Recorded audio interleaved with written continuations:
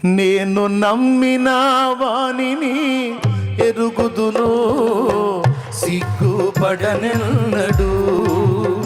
నేను నమ్మిన వానిని ఎరుగుదును, సిగ్గుపడనెన్నడు,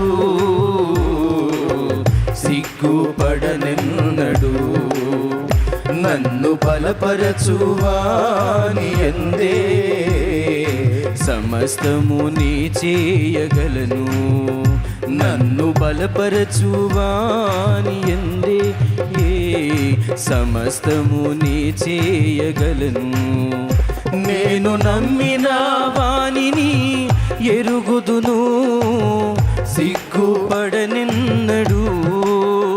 నేను నమ్మిన వానిని ఎరుగుదును, సిగ్గుపడనెన్నడు, సిగ్గుపడనెన్నడు. నన్ను బలపరచు వాని యందే సమస్తము నీ చేయగలను. దేవునికి మహిమ. యేసయ్య అంటాడు, బిడ్డ నా దగ్గరకు రాకముందు మోసావు నాన్న, మోసావమ్మా, ఇంకెందుకురా అనవసరంగా నువ్వు రోగాలు తెచ్చుకుంటావు, ఇంకా నువ్వు ఆలోచించే ప్రక్రియ ఆపేసానన్నా, నేనున్నా కదరా తల్లి, నీ చేతనైనా ఏదో నువ్వు చేసుకుంటూ వెళ్ళిపో, నీ మీదే భారం వేస్తున్నాను ప్రభు అని అప్పచెప్పేసే. నీకు దేని గురించి ఆలోచించవాకు. పిల్లల భారం అప్పచెప్పు, కుటుంబ భారం అప్పచెప్పు, అప్పుల భారం అప్పచెప్పు, బాధ్యతల భారం అప్పచెప్పు, ప్రయత్నాల భారం నాకు అప్పచెప్పుమా. మరి అప్పచెబుతానే ఉన్నాయి కదా ప్రభు రోజు. ఏడ అప్పచెప్పి నేను ఎత్తున పెట్టుకొని మోస్తా. అప్పచెబితే ఇక నీ నోట ప్రభువా దీని సంగతి ఏందన్న ప్రశ్న ఉండదు, స్తుతి ఆరాధన ఉంటుంది. అప్పచెప్పేసావు అనుకో ఇక స్తుతే. ప్రభు ఆ సంగతి ఏందనే ప్రశ్నే ఉండదు, ఇక స్తుతి ఆరాధన ఉంటుంది, విశ్రాంతి ఉంటుంది. నువ్వు విశ్రమించు, విశ్రమించు అని దేవుడు పిలుస్తున్నాడు. ప్రయాసపడి భారం మోయిచున్న సమస్త జనులారా నా యొద్దకు రండి, నేను మీకు ఎట్టొచ్చింది విశ్రాంతి? బరువులు దించినప్పుడు వచ్చింది. బరువులు ఏమన్నాడు? ఆయన మిమ్మల్ని గూర్చి చింతించుచున్నాడు కనుక మీ చింత యావత్తు మీ నెత్తిన పెట్టుకోండి అన్నాడా? మీ నెత్తిన పెట్టుకొని మోసి మోసి సావండి అన్నాడా? ఆయన మిమ్మల్ని గూర్చి చింతించుచున్నాడు కనుక మీ చింత యావత్తు రిలాక్స్. ఇది ఆనందం అంటే, అది ప్రశాంతత అంటే. ఆయన ఉన్నాడు, ఆయనే చూసుకుంటాడు. నా భారం ఆయన మీద మోపుతున్నాను. ఏదో మాటతో అంటాం కాదు, హృదయంలో కూడా అదే తీర్మానం ఉండాలి. అప్పుడు ఇక నీ ముఖం తుమ్మల్లో పొద్దుపడినట్టు ఉండదు. స్తోత్రం. కొంతమందికి ఎన్నన్నా చెప్పి ఆ ముఖం చూస్తే ఎప్పుడన్నా చూడు ఏందో ఆయన ఒకళ్ళ ముఖాలు మరి విరక్తి పడుతుంటుంది. నాకు కూడా విరక్తి పడుతుంటుంది ఆ ముఖాలు చూస్తుంటే. నేను చెప్పిన ప్రక్రియలో ఎప్పుడైతే బరువు ప్రభు మీద మోపి విశ్రమిస్తారో ఎలాంటి ప్రతికూలతలో కూడా ఆ ముఖం కళకళ కళకళలాడిద్ది. ఎప్పుడు ఆ ముఖంలో సంతోషం ఉంటుంది. ఎలాంటి ప్రక్రియలో నువ్వు అన్యుల ముందు కనపడితే అది ఇన్ని బాధల్లో కూడా, ఇంత బరువులో కూడా, ఇంత టెన్షన్స్లో కూడా అంత ప్రశాంతంగా ఆ మనిషి ఎట్టు ఉంటుంది, ఇదేదో మనం కూడా తెలుసుకుందామని చర్చికి వస్తారు. అన్నీ ఎరిగి దేవుని దగ్గరికి వచ్చిన నువ్వే తుమ్మల్లో పొద్దుపడిచాడు ముఖం ఎప్పుడు ఆ తుమ్మలు ఆడుకుంటూ పెట్టుకుంటే నిన్ను చూసేవాడు వస్తాడు. ఒకవేళ నువ్వు పోయి వదినా చర్చికి రా వదినా రా అంటే నువ్వు పో వదినా, ముందు నువ్వు పోయి కత్తి నవ్వుతూ ఉంటాము, నీకు దండం పెడతాడు.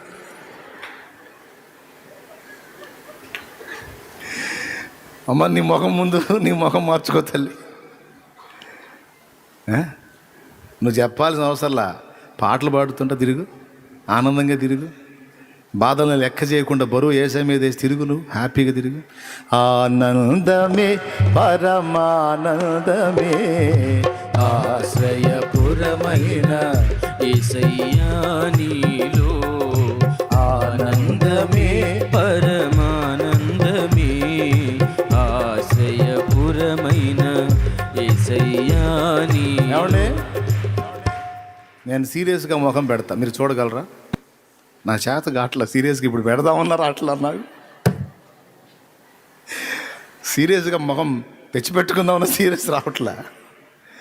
నేను అట్లాగా సీరియస్గా బిగుసుకొని ఉన్నాను అనుకో, మీకు ఏమనిపించింది? విచిత్రం చెప్ప, నా ఫేస్ ఎలా ఉంటుందో మీ మొహాలు అలానే ఉంటాయి.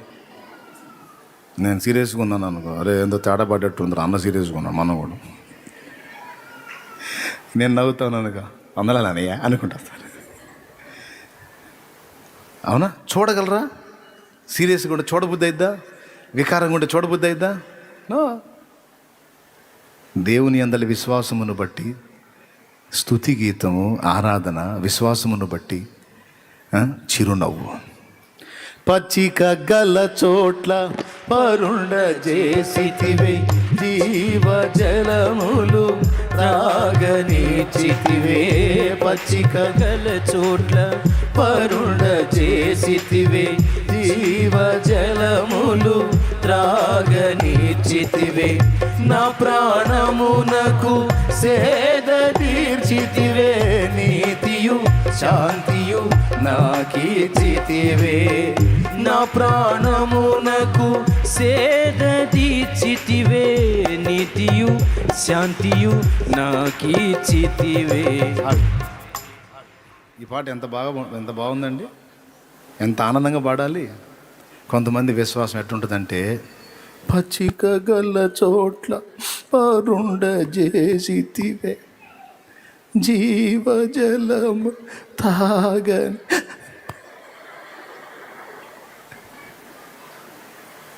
అంటే పాట ఇట్ట పాడతారని కాదు, హృదయాలు ఈ మనసులు ఇట్లా పెట్టుకుని, మొహాలు అట్ట పెట్టుకుని పాటికి ఎట్టుంటుందో ఆలోచించండి.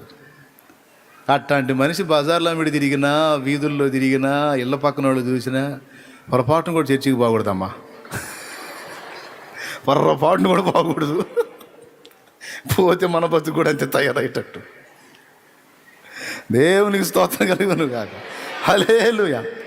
ఏమండి, అడగాల నిన్ను చూసి, అన్న ఇన్ని బరువులు పెట్టుకొని, ఇంత టెన్షన్స్ పెట్టుకొని అసలు పాటలు పాడుతూ తిరుగుతున్నావు, అసలు ఏందండి నీ ఆనంద రహస్యం? ఏంటంటే యేసేన ఆనంద రహస్యం.